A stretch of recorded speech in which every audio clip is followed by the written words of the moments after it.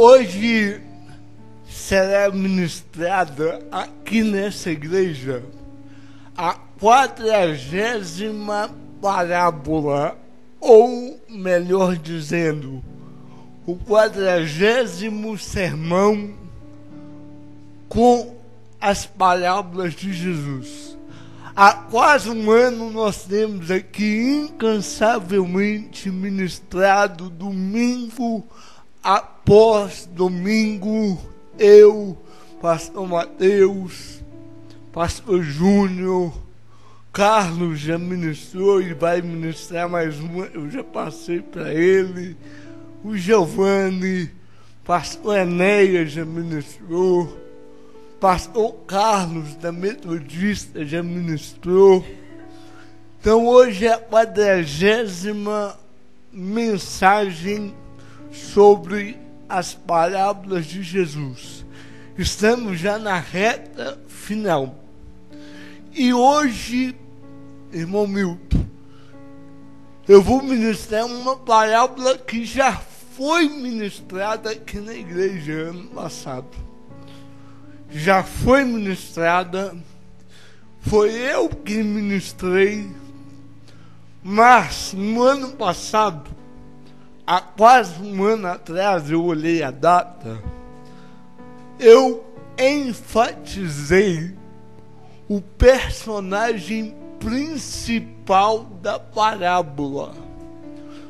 Toda história tem o personagem principal e os demais personagens que são chamados coadjuvantes ou personagens secundários.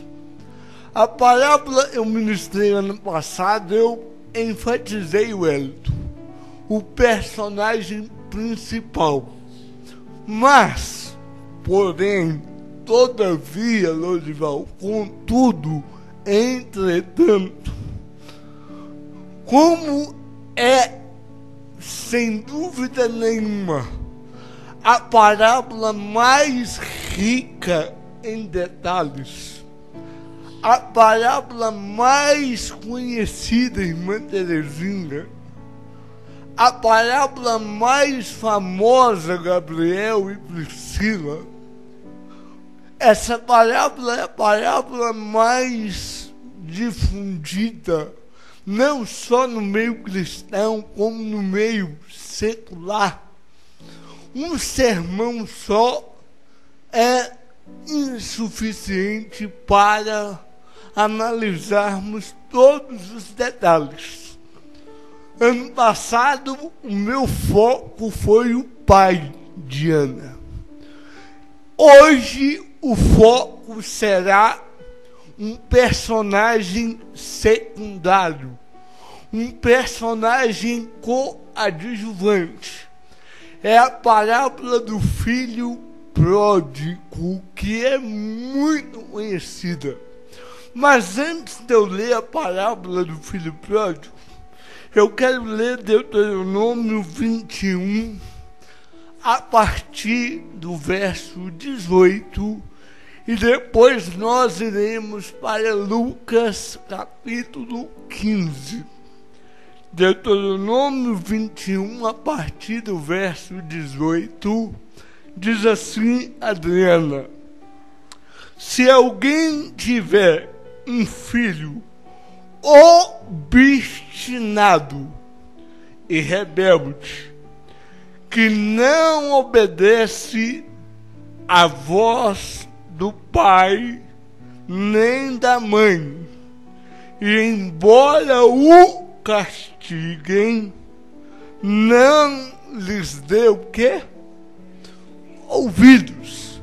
Seu pai e sua mãe o tomarão e o levarão aos líderes da sua cidade, à sua porta, e lhes dirão: este nosso filho é rebelde e obstinado. Não dá ouvidos à nossa voz. É dissoluto e beberrão. Então, todos os homens da sua cidade o apedrejarão até que morra. Assim extirparás o mal do meio de ti, e ao sabê-lo, todo o Israel temerá. Agora Lucas 15,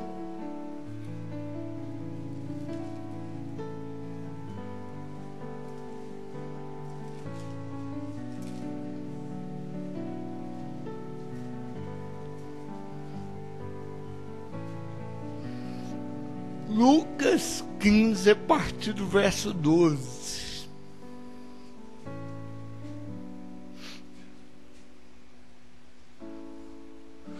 Jesus continuou. Certo homem tinha 2 filhos. O mais moço deles disse ao pai: Pai, dá-me a parte da herança que me pertence. E o pai repartiu os bens entre os 2. Poucos dias depois, o filho mais novo, ajuntando tudo, partiu para uma terra distante e ali desperdiçou os seus bens, vivendo irresponsavelmente. Depois de ter gasto tudo, houve naquela terra uma grande fome e começou a passar necessidades. Então ele foi e se chegou-se a um dos cidadãos daquela terra, o qual o mandou para os seus campos a cuidar dos porcos. Ele desejava encher o estômago com as vagens de alfarrobeiras que os porcos comiam, mas ninguém lhe dava nada. Então, caindo em si, disse: quantos trabalhadores de meu pai têm abundância do pão, e eu aqui passando fome. Eu me levantarei, irei ter com meu pai, e lhe direi: Pai, pequei contra o céu e contra ti. Já não sou digno de ser chamado teu filho. Trata-me como um dos teus trabalhadores. Então, levantando-se, foi para seu pai. Quando ainda estava longe, viu o seu pai e se moveu de íntima compaixão. E correndo o abraçou e o beijou. O filho lhes disse: Pai, pequei contra o céu e perante ti. Já não sou digno de ser chamado teu filho.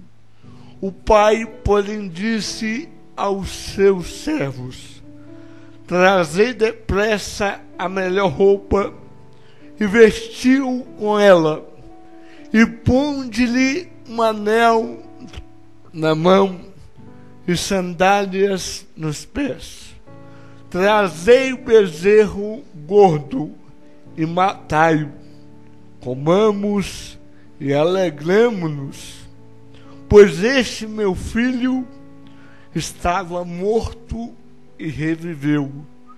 Tinha se perdido e foi achado. E começaram a festejar. O filho mais velho estava no campo. Quando voltou e chegou perto da casa, ouviu a música e as danças. chamando um dos criados, perguntou-lhes o que era aquilo. Ele lhes disse: veio teu irmão, e teu pai matou o bezerro gordo, porque o recebeu são e salvo. Mas ele se indignou e não queria entrar. Então, saindo o pai, insistiu com ele.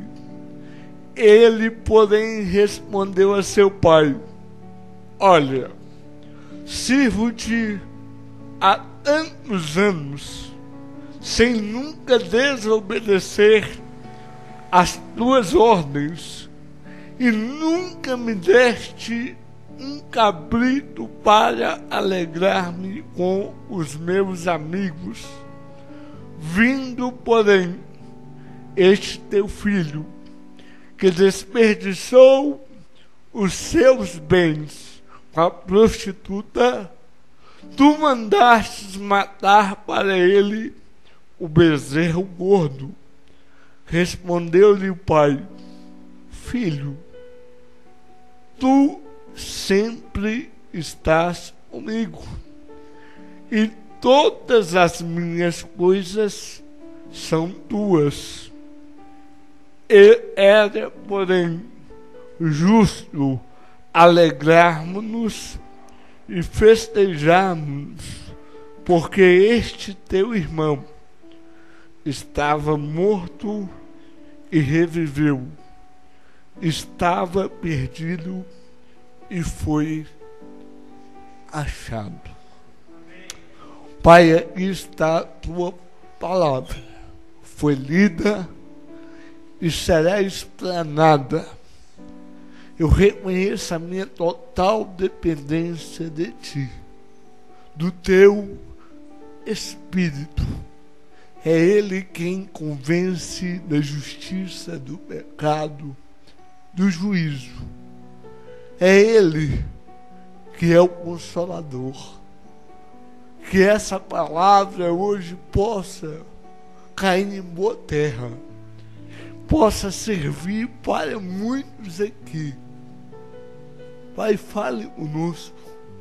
Eu quero ouvir a tua voz.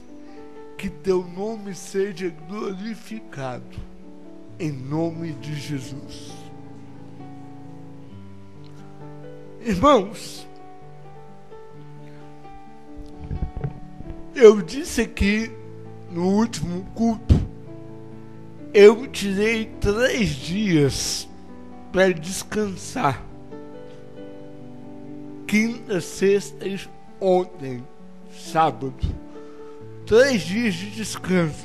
Eu tive o privilégio, porque é sempre bom estar do lado de quem a gente gosta, de quem a gente ama. Eu tive o privilégio de estar do lado da minha esposa, da minha família, meus filhos e de amigos também. E um deles, que eu considero amigo e que foi para lá comigo, para o sítio, foi o reverendo, o pastor Enéas. E nós ficamos ali 3 dias divertindo, porém também teologando, que não dá para parar de falar, né? Pessoas que gostam de Bíblia, de teologia, o assunto que tem é esse. Eu conversando com ele, pastor Mateus Neto, um dos sermões mais famosos de todos os tempos, eu já mencionei aqui nessa igreja, é o sermão de Jonathan Edwards, Pecadores na mão de um Deus irado. Pecadores na mão de um Deus irado. E eu comentei com Enéas, e eu estou já há quase 2 anos. Eu estou trabalhando em um livro chamado pecadores na mão de um Deus misericordioso. Pecadores na mão de um Deus misericordioso. Essa imagem de um Deus irado, que muitos, principalmente os puritanos, gostam de retratar, é um Deus que, quando eu vou para os evangelhos, eu vejo outra faceta, carnal. Eu vejo outra realidade. Eu não discuto que Jonathan Edwards é um homem de Deus. Eu não discuto a relevância do sermão e nem a fama que esse sermão ganhou. Todavia, o que nós, Elias, temos mais falado aqui é sobre a graça de Deus. E é a graça de Deus que nos trouxe até aqui. E eu tenho dedicado já quase 2 anos escrevendo sobre pecadores na mão de um Deus misericordioso, de um Deus gracioso. Essa parábola aqui, que na maioria das Bíblias é chamada, Carlos, a parábola do filho pródigo, ela é um dos tantos exemplos de um Deus misericordioso, de um Deus gracioso, de um Deus longânimo. Esse filho que a maioria de nós chama filho pródigo, o filho caçula, o filho desde mais novo, do ponto de vista bíblico e do ponto de vista cultural, eu quero relembrar vocês que quando nós lemos parábolas, nós precisamos ter em mente, Yuri, que a cultura que nós estamos observando não é a cultura ocidental, é a cultura oriental, do Oriente Médio. Aqui na nossa cultura, Cibele, com toda essa aberração que nós vemos hoje, com toda essa deturpação, já é feio um filho desonrar o pai, um filho afrontar o pai, um filho desobedecer o pai. Meu pai está ali. Eu tenho um exemplo de pai. Eu sou apaixonado pelo meu pai. Meu pai é alguém que eu amo e eu falo muito com meu filho. Meu pai, só de olhar para mim, quando eu era menino, eu já sabia se ele estava aprovando ou desaprovando. Eu não tinha coragem, Elias da Suzy, de levantar a mão, de levantar a voz contra o meu pai. Principalmente porque eu sabia que a correia dele funcionava de vez em quando. Meu pai não era um pai de bater. Ele me bateu, ele fala uma vez, eu já contei mais de uma. Tem um ditado aí, irmão Milton, quem bate esquece, quem apanha não. Ele disse uma vez, eu já contei uma não, umas 3, que eu me lembro. Mas mesmo assim, Vamos supor que seja 3, é muito pouco. O Yuri já apanhou mais do que eu.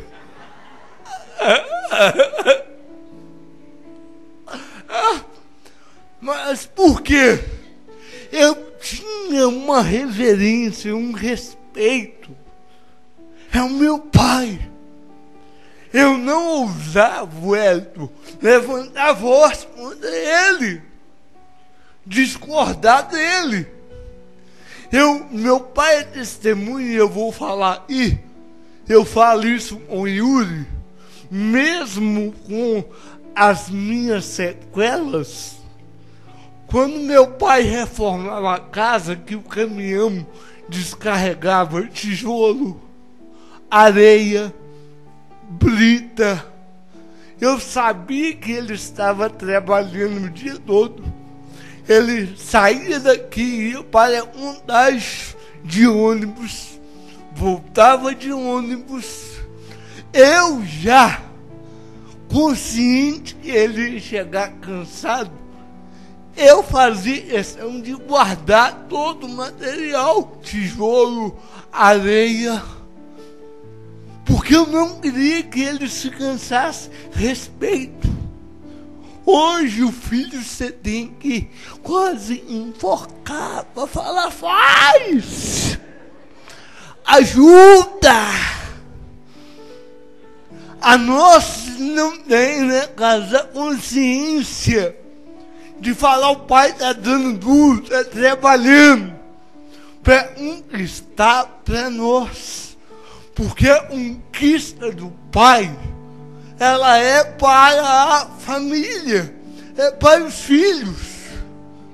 Eu estou lutando, trabalhando de domingo a domingo aí. Hoje eu cheguei ontem, 3 dias só de descanso. Hoje já estava lá na loja, eu e Diana. Para quê? Para dar um conforto, para dar um futuro.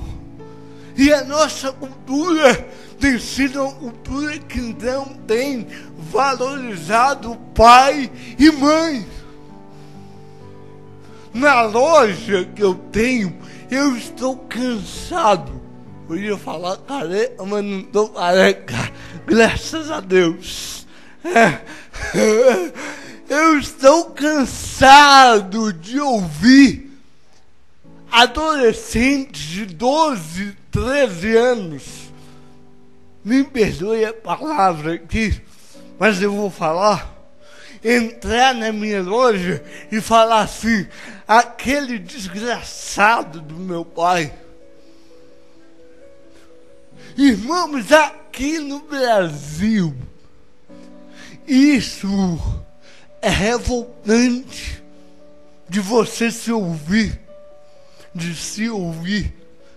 Agora imagine no Oriente Médio, imagine numa cultura aonde a desonra, irmã Márcia, aonde a afronta contra o pai ou a mãe era digna de morte, de apedrejamento. O Mateus está ganhando muito dinheiro, ralando. Eu até tenho hora, eu falo, vai devagar, meu filho.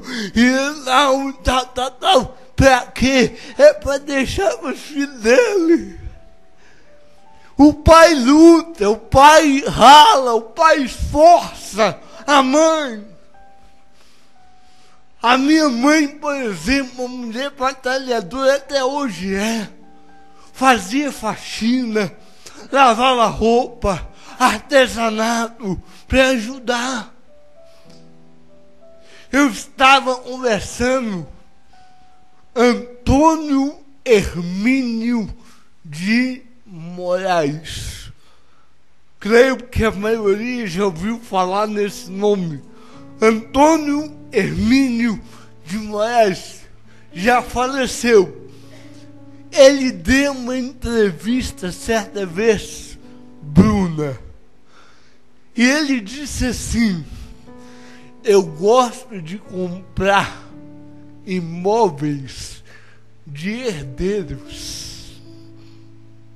eu gosto de comprar imóveis de herdeiros.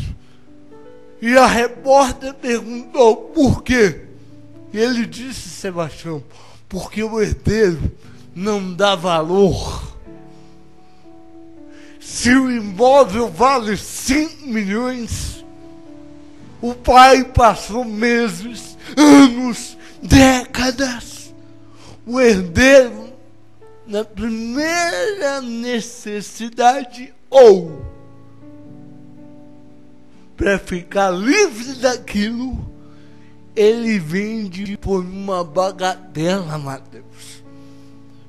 Se você pesquisar, Elias, Márcio, Igreja, Pastor Júnior, Cleidiane, Milton, se você pesquisar na internet, eu fiz isso.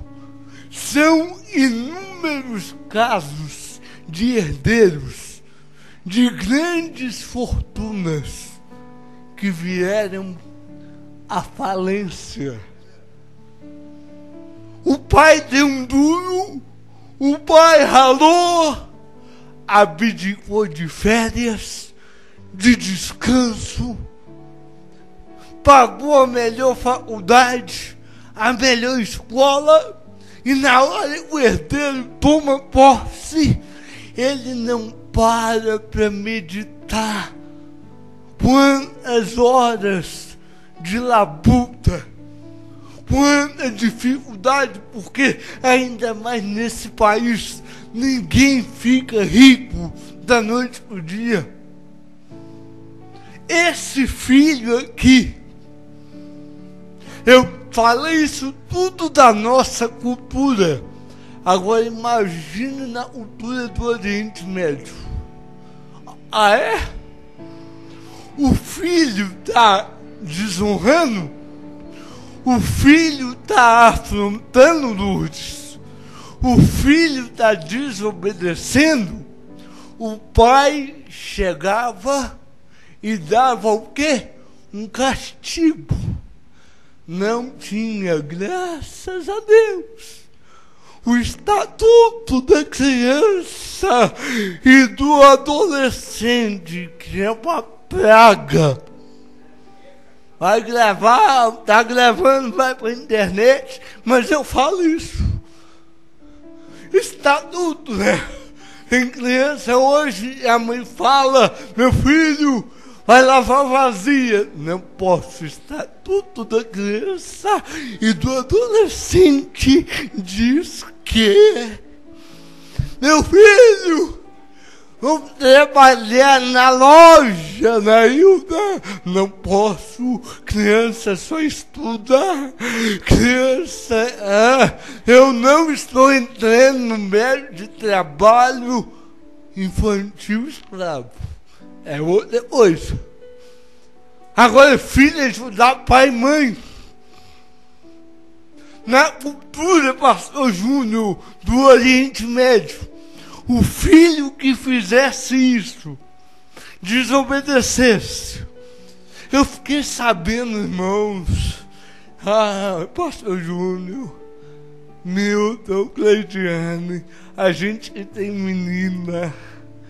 Eu estou com medo que será daqui uma década. Na minha parentela eu fiquei sabendo de uma menina que já leva um namorado para dormir em casa.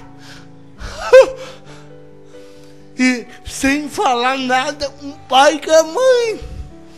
Se a Lara fizer isso comigo um dia, eu infarto. Imagina ela se ver a Samile. Imagine, Rafaela, a Helena chegar com um marmanjo e não falar nada e levar o cara direto pro quarto.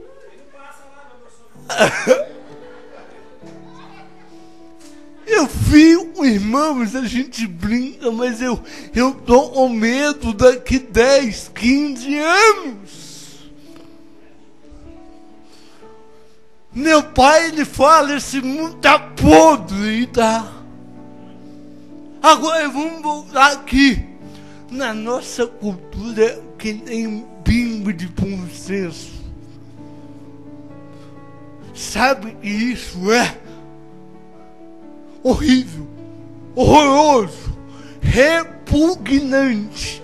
Agora imagine naquela cultura, aonde a lei, Carmo, é olho por olho, dente por dente, vida por vida, a lei de Talião.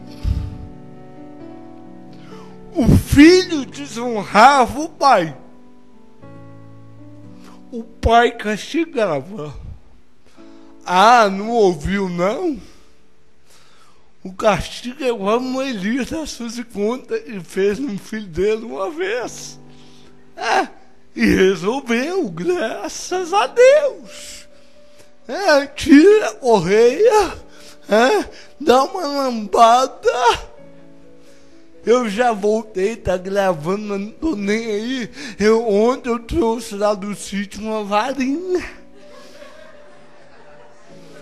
Só que é uma varinha, só eu não posso bater perto de ninguém, senão eu tô encrencado. Mas uma varinha não faz mal pra ninguém. Na cultura oriental, irmãos, o pai pegava o filho, castigava. O filho não ouviu. O pai levava até a porta da cidade. Eu falei que na quarta-feira do discipulado que as portas das cidades representavam o quê? Juízo. Juízo. Os juízes da cidade ficavam nas portas. Uma cidade sem portas era uma cidade sem justiça. Quem lembra? Eu falei isso aí na quarta-feira do discipulado. O que o pai fazia? Levava a caminhonete do filho e falava: esse meu filho, ele é obstinado, beberrão, mal criado, e por aí vai. É engraçado, não tinha estatuto da criança, não tinha direitos humanos. O filho não podia nem defender-se. Diante do depoimento, Carolete? Diante do depoimento do pai e da mãe, que acontecia? Apedrejado até a morte. Isso é o que está escrito na lei. E aí, Adriana, Fátima, Jesus começa a contar uma parábola. E ele coloca na parábola um personagem que desonrou o pai, afrontou o pai. E eu falei ano passado e vou repetir, ele enterrou o pai vivo. Porque quando ele fala assim, eu quero a minha parte da herança, ele estava dizendo, Suzy, velho, eu tava doido pra você morrer, velho. Mas tá demorando demais, coroa, vaso ruim. Por que não morreu? Eu tava doido pra morrer. Como você não morreu, eu vou te sepultar vivo. Você me dá a minha parte, porque eu não preciso mais de você. E o pai pecadores na mão de um Deus gracioso, de um Deus misericordioso, de um Deus que não desiste de você, que não desiste de mim, de um Deus que ainda que os nossos pecados sejam vermelhos como o fio da escarlata, eles se tornam brancos como a neve. Um Deus misericordioso, longânimo, gracioso. Aleluia! Aleluia! Um Deus que está disposto a te dar uma nova chance. Um Deus que diz: é possível recomeçar. É possível recomeçar. Aleluia! Como eu amo esse Deus! Ai de nós, se não for o Senhor, se não for, irmão, nenhum de nós estaremos aqui. Jesus está contando a parábola para mestres da lei, homens que não aceitavam o erro. Você errou, acabou. Hoje tem gente que faz isso. Se o pastor fala uma coisa e não gosta, não vou voltar mais. Se o pastor pisar na bola... Eu contei que uma irmã chegou, é de outro ministério, não é daqui não. Pastor, o senhor é minha referência. Eu só não congrego lá porque eu moro longe. Mas se o senhor me desapontar um dia, eu falei, irmã, provavelmente isso vai acontecer. Eu não quero, mas eu sou homem. Eu sou falho, não tem como agradar todo mundo. E não tem como concordar em tudo. Uma hora ou outra, a irmã vai achar algum defeito em mim. Ela falou, não, pastor, não faz isso comigo não, porque se o senhor fizer, eu não sei. Irmão, pare de olhar para mim, olha para Jesus. É Ele. Esse Deus representado pelo Pai na parábola. Por isso eu falei que Ele é o protagonista da história. O que esse pai Samile deveria fazer? O filho está querendo que eu morra? Morre ele. É isso que o pai deveria fazer. Esse beberrão, esse obstinado, ele está querendo me enterrar, eu é que vou enterrar ele. O pai deveria pegar ele, dar uma boa surra, castigar, e se ele continuasse insistindo, o pai o levaria até a porta, falaria com os juízes, com os anciãos, e ele seria apedrejado até a morte. Só que o que o pai faz? Você quer? Você não quer saber de mim mais? Você quer ir embora? O pai pega 1/3 da herança. Por que 1/3? No direito romano, eu estive estudando hoje, no direito romano, a partilha era igual. Todavia, porém, no direito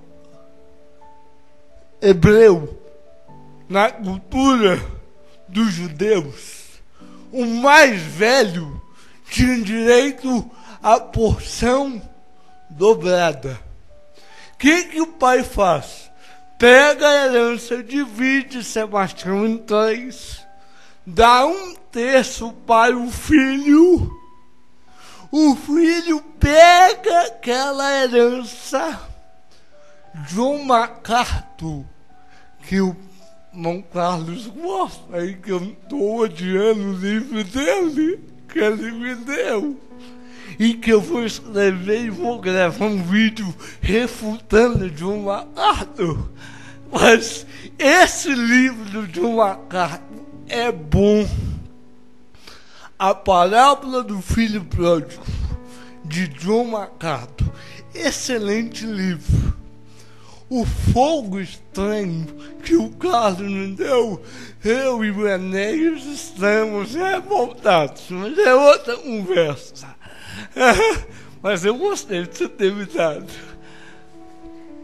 John MacArthur, ele vai dizer que provavelmente a herança aqui era terras, o que constitui um pecado mais grave, porque terra não poderia ser vendida enquanto o pai estivesse vivo.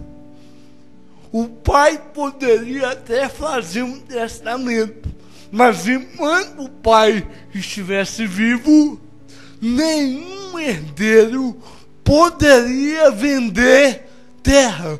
Você lembra lá da vinha de Acabe, de Nabote, que Acabe queria? Que Nabote fez? Herança não se vende. Propriedade não se vende. O que o John MacArthur diz? Esse rapaz pega a terra e, na hora da emergência, ele deve ter vendido por uma bagatela.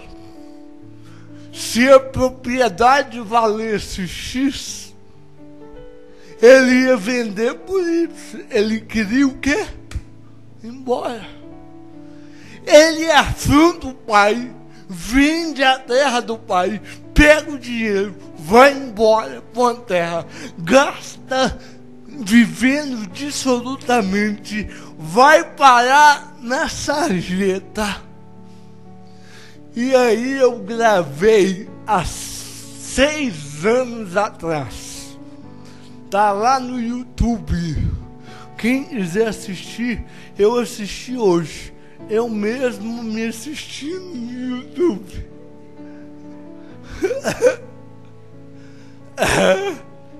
Tem um amigo meu, de vez em quando ele ia lá em casa e falava: eu não entendo por que você fica assistindo você mesmo. Aí eu falei muitas maneiras de você se policiar, se corrigir. E eu gravei uma mensagem há 6 anos atrás. Tá lá no YouTube. Eu não mudei nada. Continuo lindo. Eu assisti hoje. Essa mensagem minha é a mais visualizada de todos os tempos. Mais do que o meu testemunho. E essa mensagem é sobre a parábola do filho pródigo. E eu falei lá, Lorival, Tatiana, que se eu fosse resumir a história desse homem, desse filho, talvez um adolescente ou um jovem de 18 anos, pouca coisa mais, solteiro, certamente, a melhor frase que eu usei na época foi fundo do poço. Esse rapaz foi parar no fundo do poço. Ele tinha um pai rico, tinha empregados, possivelmente Greg Kinner, vai dizer assalariados, não eram escravos. Esse camarada, de repente, ele tinha pai, irmão, conforto, amor, casa, fazenda. Ele sai de casa e ele vai parar no fundo do poço. Ele era digno de morte, mas ele vai experimentar, irmão Milton, a sarjeta. E deixa eu falar algo que eu repeti lá atrás, em 2012, e eu quero repetir em 2018. Qualquer um de nós está sujeito, da noite para o dia, a ir parar no fundo do poço. Não tem ninguém imune, nem o mais rico como Mateus e o Carmo, nem o mais pobre como eu.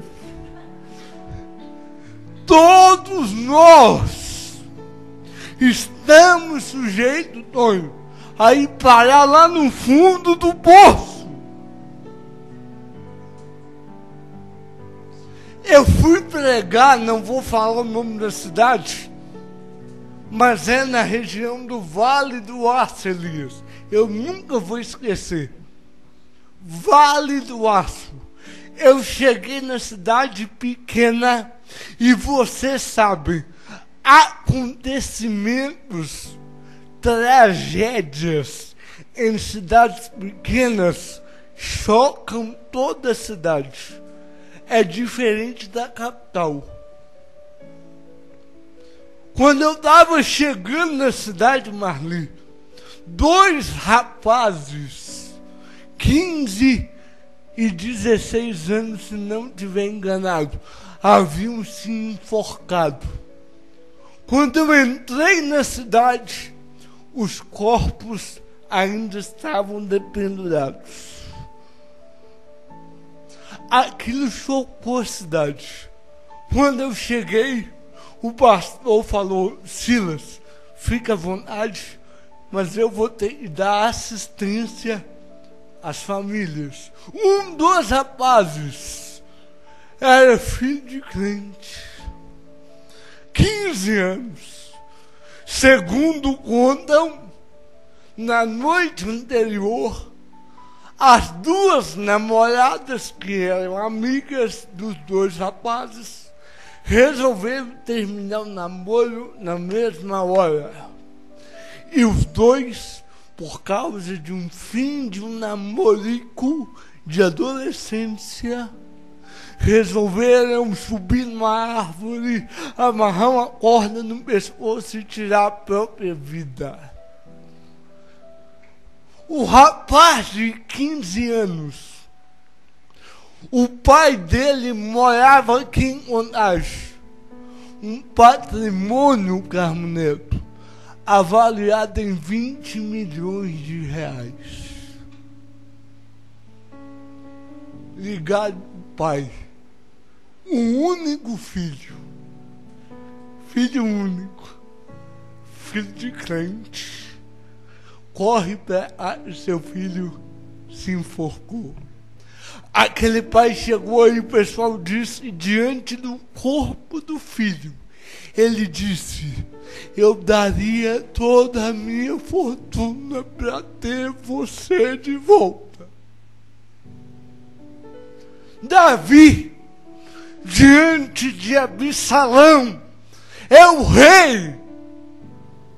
Eu sei que tem todo uma história profética por trás, mas quando Davi se depara com a tragédia, ele pega o filho, o corpo do filho, e ele diz: Absalão, Absalão, quem me dera morrer em teu lugar.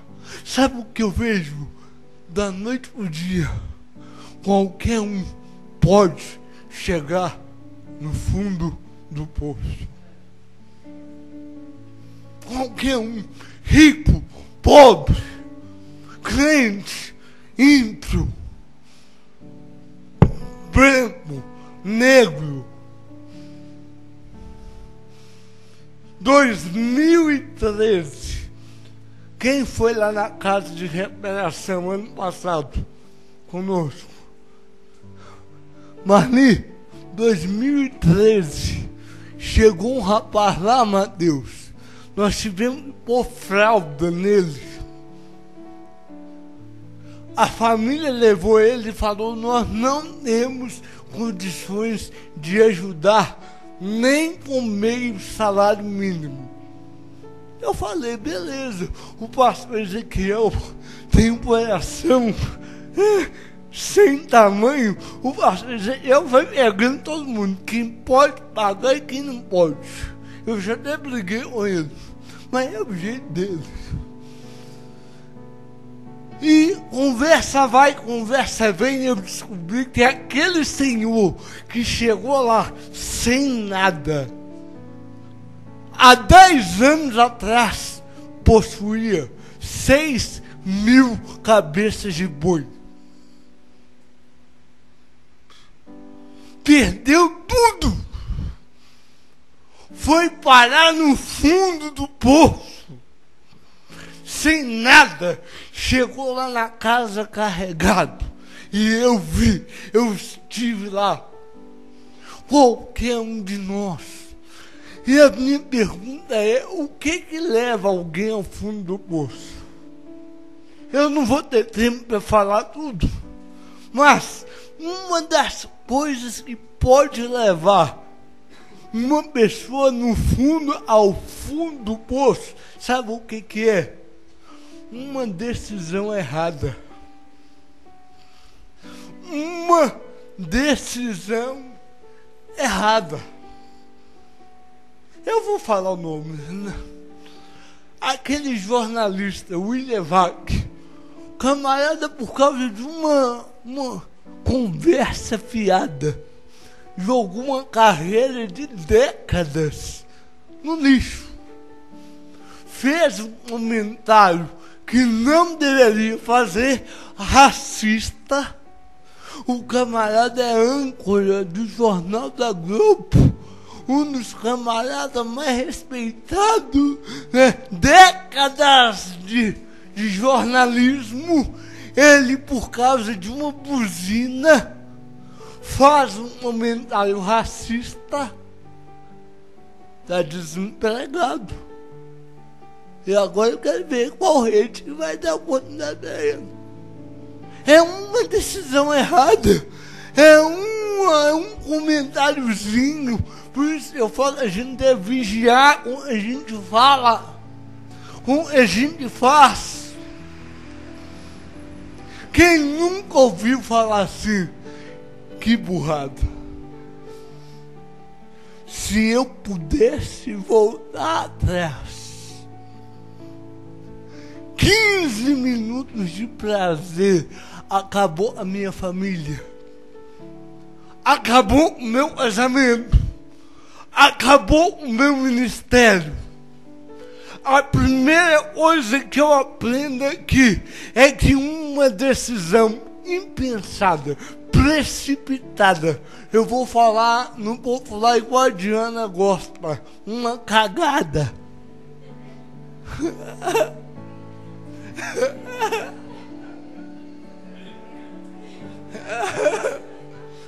Quem nunca fez uma cagada? Eu não estou falando quem deu uma cagada. É quem nunca fez. Carmo, Marli, esse camarada, ele decidiu sair de casa. O primeiro erro dele foi esse. Eu falei que ano passado, se eu não tiver enganado, eu preguei, irmã Márcia, eu acho que vocês estavam aqui, sobre decisão. Tomada de decisão. Se você pegar a palavra decisão, dividir, decisão, cisão, fala de que? Ruptura. Pastor Mateus falou isso na semana passada. Na parábola ele pregou que aqueles homens decidiram ocupar os primeiros assentos. Não foi isso, pastor Mateus? E o pastor Mateus falou: cuidado com as suas decisões.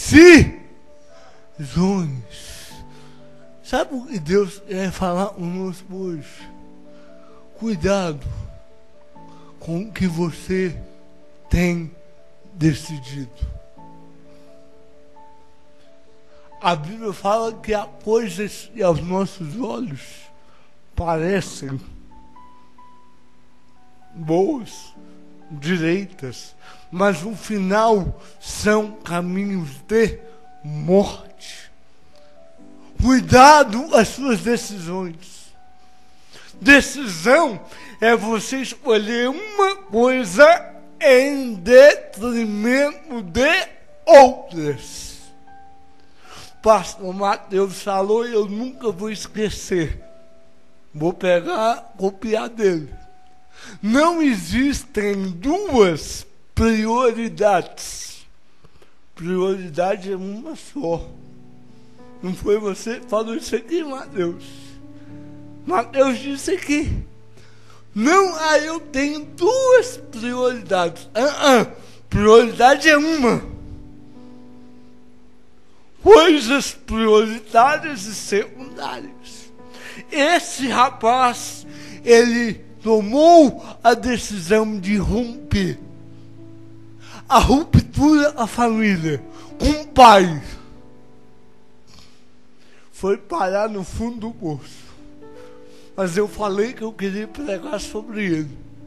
E agora eu posso começar a pregar, amém?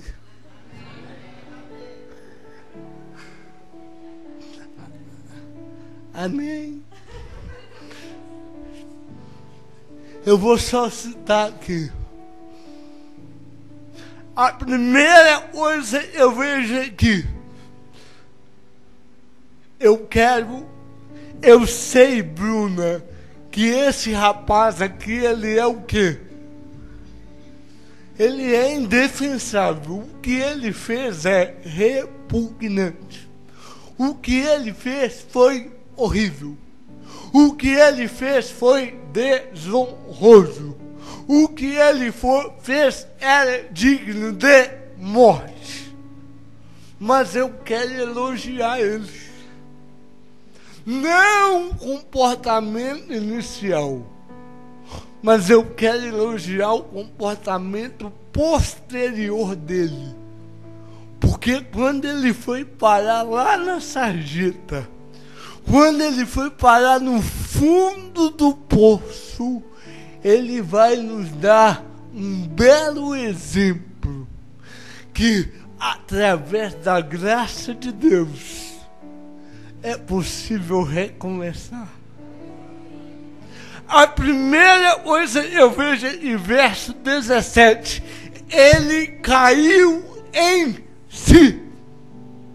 É uma coisa, eu já falei aqui, pastor Mateus já falou, pastor Júnior falou, metanoia.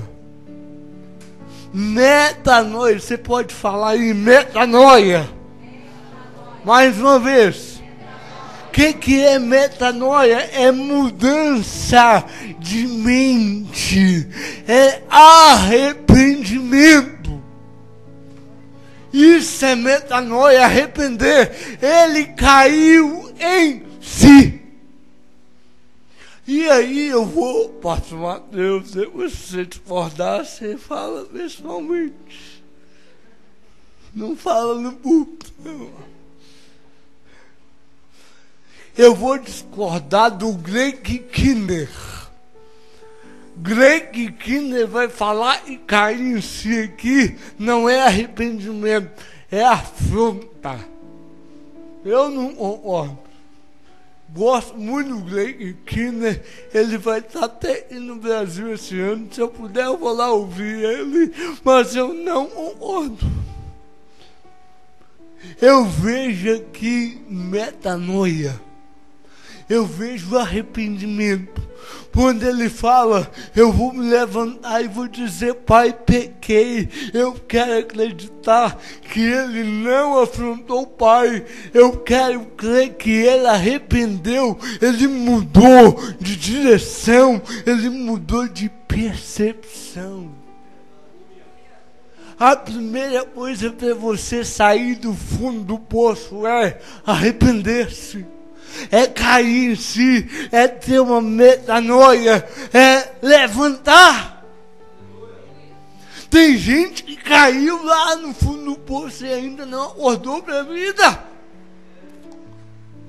Tem gente que está lá na sarjeta e você vai lá e fala e ora e a pessoa ainda não acordou para a realidade. Perdeu emprego, casamento, família, ministério e ainda vive cantando, vou deixar a vida me levar. Tem gente que é assim. E não pode, Bruno, não pode, Deus. Não pode, Ludmila. Tem que cair em si, tem que ter arrependimento, metanoia, aleluia. Eu vou dar mão de Mateus, vira para o irmão do seu lado e fala, arrepende, irmão, muda de mente, de percepção, cai em si. Em segundo lugar, para mim terminar 11 horas em ponto. Adriana me pega. Em segundo lugar, é necessário, sabe o quê? Por incrível que pareça, isso aqui é tão base, é basilar, mas tem gente que ainda não me deu conta, Ué. É necessário querer sair do fundo do poço. Porque tem gente que viciou no fundo do poço.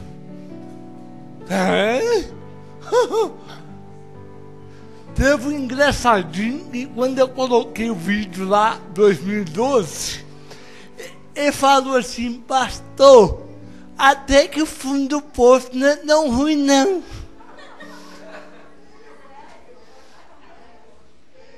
Aí eu falei, por que você não acha ruim? Ele falou, por quê? Eu sei que não vou cair mais, que eu não vou afundar mais. Se eu cheguei no fundo, o que vier é lucro. Aí eu respondi para ele, ô miserável, orelha seca. Não fica no fundo do poço, não. Porque pode vir uns aí que gostam de entulhar poço e entulhar você lá dentro, miserável. Tem pessoa que tem que acordar para a vida, sair do fundo do poço, querer sair. Toda vez que eu vou lá na casa de recuperação, eu falo, não adianta eu querer, pastor Ezequiel querer, a família querer, se a pessoa não quiser, irmão. É todo investimento jogado fora. É igual pessoa viciada. Eu conheço um irmão, ele fumou 17 anos. Um dia ele chegou e falou, a partir de hoje eu não fumo. E não fumou. É força, é querer mudar. Esse rapaz aqui, quando ele viu, ele chegou lá embaixo. Jesus falou que ele quis alimentar com comida de porco. Ele quis sair. Ele caiu em si e ele disse, eu vou me levantar. Levantar-me-ei, irei ter com meu Pai. É disposição para mudar. Tem gente que não quer mudar. Entra ano, sai ano. Chega dezembro, ano que vem eu vou mudar. Eu estava falando, Carlos, o pastor Enéas falou isso comigo.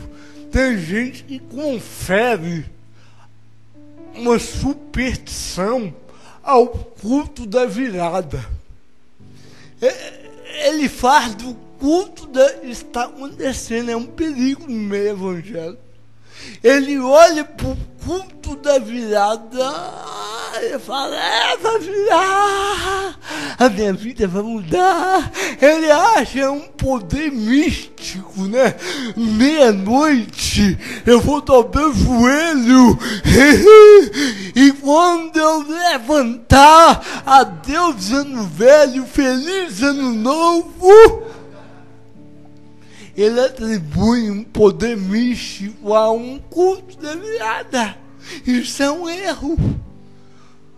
Graças a Deus, o nosso culto da virada foi muito bom, mas não muda a vida de ninguém. Tem que querer mudar. Em terceiro lugar, o que eu vejo é que eu vou elogiar o filho pródigo. Em terceiro lugar, repita comigo, é necessário transformar palavras em ações. É necessário transformar palavras em ações. Não adianta só ficar, ano que vem eu vou fazer academia. O Mateus fez, primeiro dia do ano, tá continuando, Mateus? Primeiro dia do ano eu ligo pra ele falou, eu tô fazendo uma caminhada aqui. Eu não te atendi porque eu tava fazendo a tomada e continua. Eu fiz 5 dias de esteira. Comprei esteira ergométrica em dezembro, final de dezembro, pergunta de ano lá, 5 dias direto. Hoje já é 14º dia do ano, eu não fiz nenhuma vez.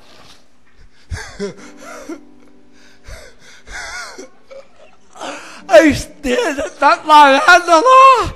Eu só não pus ela debaixo da cama, a minha cama não cabe. Não adianta, Samile. O que eu vejo aqui na Hilda? Olha o que o filho pródigo fez. Ele caiu em si e ele disse, levantar-me-ei, irei ter com meu pai e dir-lhe-ei, pai, pequei contra o céu, perante ti, só que não ficou só no discurso. Ele fez o que ele pensou. Ele levantou, ele foi, ele falou o que ele pensou, ele executou. Tem gente dizendo, ele só fala, pastor, ano que vem para contar comigo. Janeiro, fevereiro, cadê? Eu vou parar de beber. Eu falei que não ia assistir o Galo esse ano. Mas hoje eu já estava olhando lá agora. O Galo perdendo. Eu tenho que parar. É necessário transformar palavras em atitudes. Eu vou ter uma vida mais de oração. Então saia do campo do discurso. Venha para a prática. Aí eu vou citar aqui a sabedoria, não escandalize. Não escandalize. Eu vou citar a sabedoria do grande Dalai Lama, que o Carronelo gosta. Dalai Lama disse que o que intrigava ele é o ser humano. Gasta a saúde para ganhar dinheiro. Depois ele gasta o dinheiro para ter saúde. Vive como se nunca fosse morrer. E morre sem nunca ter vivido. Tem gente aí, eu estou até precisando tirar férias, mas eu vou deixar, não tire não, tire. Quer me deixar nervoso é pastor falar, tem 10 anos eu não tiro férias, aí eu penso, sou um imbecil. Eu fui pregar e vou falar o nome não. Eu fui pregar na cidade, aí o pastor falou comigo, tem 20 anos que eu não tiro férias. Coitado da família, coitado dos filhos. Está vivendo como se não fosse morrer e vai morrer sem ter vivido. Eu tirei 3 dias porque não deu para tirar mais. É piscina, é sauna, é churrasco, irmão, tem que viver. Viver. Tem gente que não vive. Em penúltimo lugar, eu vou encerrar. Sabe o que eu aprendo aqui? E isso é para todos nós, olha aqui. Irmãos, vou fazer igual o Mateus de novo. Faz aí, pastor Júnior. Aponta para o Elias aí. Você aponta para o João Dado aí. Fala com ele, reconheça que ao lado do Pai, a sua vida é bem melhor. Ao lado do Pai, a nossa vida é bem melhor. Aleluia! Ao lado do Pai, a vida é bem melhor. Irmã Terezinha, esse rapaz aqui, ele pensou que longe do Pai ele ia viver melhor. Quem sabe, ele falou, lá eu vou poder investir, eu vou ser independente. Irmão, ao lado do Pai é bem melhor. Vida longe do Pai não é vida. Eu estou me falando, não é Pai carnal, é Deus. Não queira ser independente. Não queira ser independente. Ontem eu cheguei do sítio, a minha mãe, meu pai está ali de testemunha, minha esposa também. Ontem eu cheguei, nós chegamos do sítio, a minha mãe estava assistindo o Raul Gil. Aí eu sentei, ela estava lá, sentei.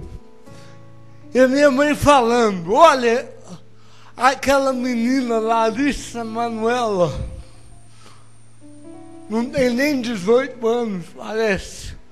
E ela ontem, lá no Raul Gil, ela falando que o próximo passo dela é morar sozinha. Ela quer ser independente. Beleza. Isso é bom no campo material.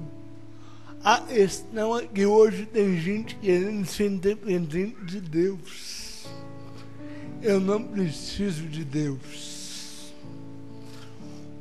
Eu nunca, pastor Mateus, eu nunca vou aceitar se alguém pregar aqui e falar bem desse fenômeno dos desigrejados. É uma coisa que, para mim, é uma invenção. Eu vou cultuar Deus em casa. Cultua o escambau. Me perdoe a palavra. Já tem uma igreja aí que manda a Santa Ceia por Sedex. Você vai tomar a ceia do Senhor em casa, né? E tem gente entrando. Não é só la gratia, não. É só la grana. É, meu amigo. Irmãos, ao lado do Pai é bem melhor. Ao lado do Pai é bem melhor. Ele disse assim: quantos trabalhadores do meu Pai têm o quê? Abundância de pão. Tem pão na casa do Pai, tem provisão na casa do Pai, tem roupa na casa do Pai, tem festa na casa do Pai, tem um novilho gordo na casa do Pai, tem amor na casa do Pai, tem comunhão na casa do Pai, tem júbilo na casa do Pai. Aleluia. Para mim encerrar,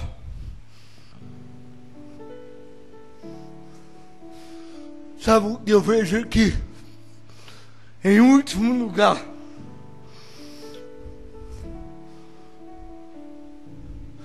eu e o pastor Enéas conversamos isso ontem. Será que a gente já parou para meditar? Será que eu e você, Pai, será que nós já paramos para meditar de verdade em João 3,16? Esse é o texto de ouro da Bíblia. Deus amou o mundo de tal maneira. Não tem explicação, não tem como mensurar, não tem como medir. Sabe o que eu vejo aqui? Quando ele volta para casa, eu estava lendo a cultura oriental. Por que o pai correu para abraçar ele? Não é isso que disse? Quando o pai viu ele longe, o que o pai faz? Sai correndo e abraça. Sabe por quê? Senão os juízes, ao ver ele voltar para casa, depois de tudo que ele tinha feito, o juiz podia pegar a pedra e falar: antes tarde do que nunca, seu maldito. Carlos Neto. Se ele volta para casa e passa pelas portas sozinho, ele estava correndo sério risco de ser linchado. Quando o pai viu, eu imagino Elias, todo dia ele vai olhando: cadê o filho? Vai voltar. Ele vai voltar, ele vai voltar. Ele vai desinquieto ali, falando: cadê? Todo dia, não sei quanto tempo passou, mas o pai esperava. E quando o pai viu ele de longe, o pai sai correndo, abraça ele. Sabe por quê? Se quiser apedrejar ele, vai ter que apedrejar o pai. E o pai abraça ele e traz ele para casa. Sabe por quê? O amor do pai é imensurável. Carlos, Deus te ama demais. Tatiana, Deus te ama demais. Carmo, Marli, Deus te ama demais.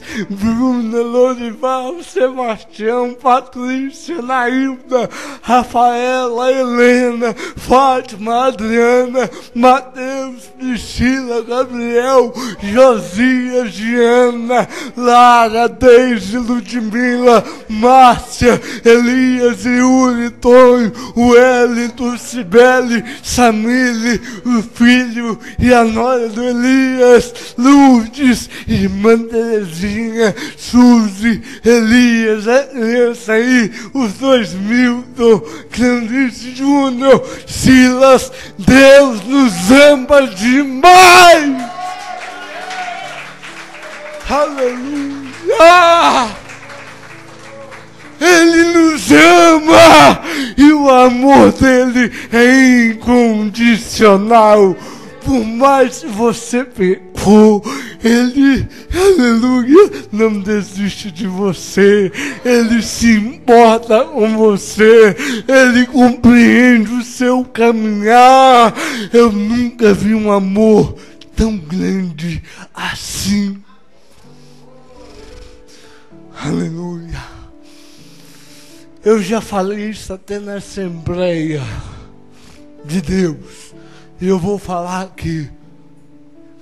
Se tem uma música e Deus gosta, é Você Não Vale Nada, mas eu gosto de você. Você não vale nada, mas eu te amo. Eu te comprei, eu te chamei, eu te adotei. Ele nos adotou, Ele nos chamou. É por isso que nós amamos a Ele. Ele nos amou primeiro. Que Deus abençoe a tua vida. Você crê nessa palavra? Deus amou o mundo de tal maneira que deu o seu Filho para todo aquele que nele crê, não pereça, mas tenha a vida eterna. Nós somos pecadores na mão de um Deus misericordioso, na mão de um Deus gracioso. Pai, obrigado. Obrigado, Pai. Obrigado por um amor tão grande assim. Obrigado por nos aceitar como filho. Através de Cristo fomos reconciliados. O Senhor nos abraçou. O Senhor nos transportou das trevas para a gloriosa luz. Nós te amamos, porque reconhecemos que o Senhor nos amou primeiro. Amém. Amém.